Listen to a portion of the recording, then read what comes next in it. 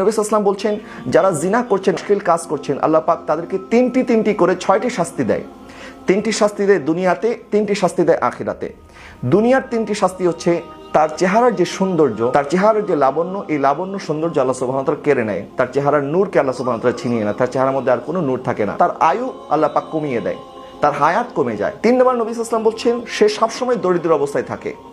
দারিদ্রতা তাকে এমনভাবে গ্রাস করে, সারা জীবন সে দারিদ্রতা থেকে বের হয়ে আসতে পারেন। তার রিজিকের মধ্যে বরকত চলে যায়, আল্লাহ সুবহানাহু ওয়া তাআলা তার রিজিক থেকে বরকত কেড়ে নেয়। এই 3টি শাস্তি হচ্ছে দুনিয়ার শাস্তি। এবং আখিরাতের শাস্তি হচ্ছে, আখিরাতে কিয়ামতের ময়দানে আল্লাহ সুবহানাহু ওয়া তাআলা তার উপরে নারাজ হবেন এবং তার হিসাব অত্যন্ত কঠিনভাবে নেওয়া হবে। অর্থাৎ চুলচেরা বিশ্লেষণ করা হবে তার আমলনামা, কোনো ছাড় দেওয়া হবে না। এবং 3 নম্বর, আল্লাহ সুবহানাহু ওয়া তাআলা তাকে জাহান্নামী করে দিবেন। তাহলে এই 6টি শাস্তি, দুনিয়ার 3টি শাস্তি, আখিরাতের 3টি শাস্তি, এই শাস্তি থেকে যদি আমরা বাঁচতে চাই তাহলে অবশ্যই আমাদেরকে জিনা এবং এই জিনা করার আগে যে সমস্ত ধাপগুলি আছে, ফাহিশা কাজে যাওয়ার জন্য যে সমস্ত রাস্তাগুলি আছে, এই সমস্ত রাস্তা থেকে আমাদের নিজেদেরকে বাঁচাতে হবে। যারা যুবক যুবতী আছেন, তরুণ তরুণী আছেন, তাদের এই সময়টা হচ্ছে সবচেয়ে গুরুত্বপূর্ণ সময় এবং শয়তান সবচেয়ে বেশি এই সময়টাতে মানুষকে ধোঁকা দেয়। এই সময়টা যদি আমরা ভালোভাবে পার করে দিতে পারি এবং শয়তানের ধোঁকা থেকে নিজেকে বাঁচাতে পারি, আমার আকা সাল্লাল্লাহু আলাইহি ওয়াসাল্লাম ইরশাদ করছেন, ইজা দাআতু ইমরাতুন যাতু মানসাবিন ওয়া জামালিন ফাকাল ইন্নী আখাফুল্লাহ।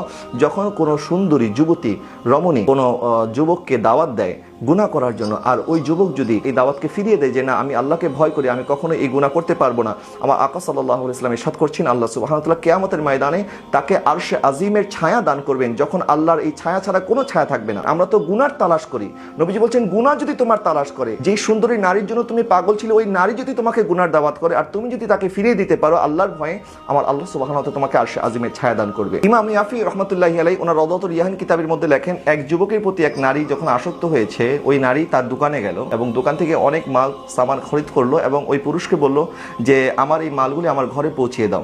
তখন সে ওই মালগুলি নিয়ে ওই নারীর ঘরে যখন গেল, নারী তখন ঘরের দরজা জানলা সব বন্ধ করে দিল। বন্ধ করে দেওয়ার পরে তখন ওই নারী তাকে গুনার জন্য দাওয়াত দিল এবং শরীরের সমস্ত পোশাক আশাক খুলে ফেললো এবং তাকে এই অশ্লীল কাজের জন্য যখন বারবার উদ্বুদ্ধ করছে, তখন ওই যুবক আল্লাহওয়ালা ছিল, আল্লাহকে ভয় করছে এবং আল্লাহ সুবহানাহু ওয়া তাআলাকে ডাকছে, ইয়া রব্বে বারি তাআলা, আমি এখন এখান থেকে কি করে নাজাত পাবো? এই নারী তো আমাকে কোনোভাবেই ছাড়বে না, আমি এখন কি করব? তখন তার মাথায় একটি বুদ্ধি আসলো এবং ওই নারীকে বললো, আচ্ছা ঠিক আছে, আমাকে একটু ওয়াশরুমে যাওয়ার সুযোগ করে দাও। বলো আচ্ছা ঠিক আছে, তুমি ওয়াশরুমে যাও। যখন সে ওয়াশরুমে গেল, ওয়াশরুমে যাওয়ার পরে বাথরুমের যে ময়লা আবর্জনা আছে, সেই ময়লা আবর্জনা সে তার পোশাকের মধ্যে মাখলো।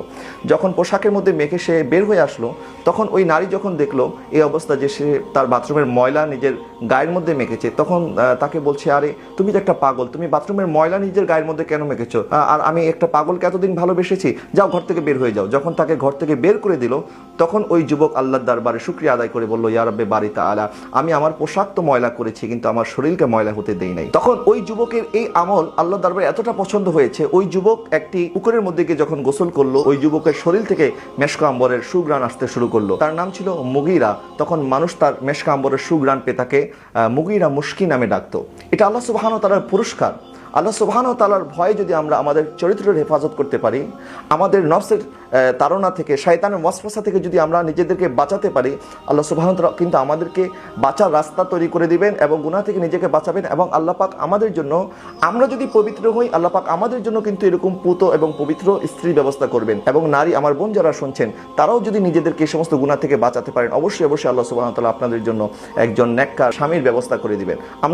আমরা কিন্তু আসলে তেমনই পাবো। সারাদিন নায়িকাদের ছবি দেখতে থাকি, সারাদিন সিনেমা দেখতে থাকি, সারাদিন অশ্লীল দৃশ্য দেখতে থাকি, আর আমার স্ত্রী একদম নেককার পরহেজগার হবে, এটা কি আসলে চিন্তা করাটা সমীচীন হবে? কখনোই না। আমি যেমন, আমার যিনি সহধর্মিণী হবে সে তো তেমনই হবে। নবী সাল্লাল্লাহু আলাইহি ওয়াসাল্লাম বলছেন, যারা জিনা করছেন, অশ্লীল কাজ করছেন, আল্লাহ পাক তাদেরকে তিনটি করে 6টি শাস্তি দেয়। 3টি শাস্তি দেয় দুনিয়াতে, 3টি শাস্তি দেয় আখিরাতে। দুনিয়ার 3টি শাস্তি হচ্ছে তার চেহারার যে সৌন্দর্য, তার চেহারার যে লাবণ্য, এই লাবণ্য সৌন্দর্য আল্লাহ সুবহানাহু ওয়া তাআলা কেড়ে নেয়। তার চেহারার নূরকে আল্লাহ সুবহানাহু ওয়া তাআলা ছিনিয়ে নেয়। তার চেহারার মধ্যে আর কোনো নূর থাকে না। তার আয়ু আল্লাহ পাক কমিয়ে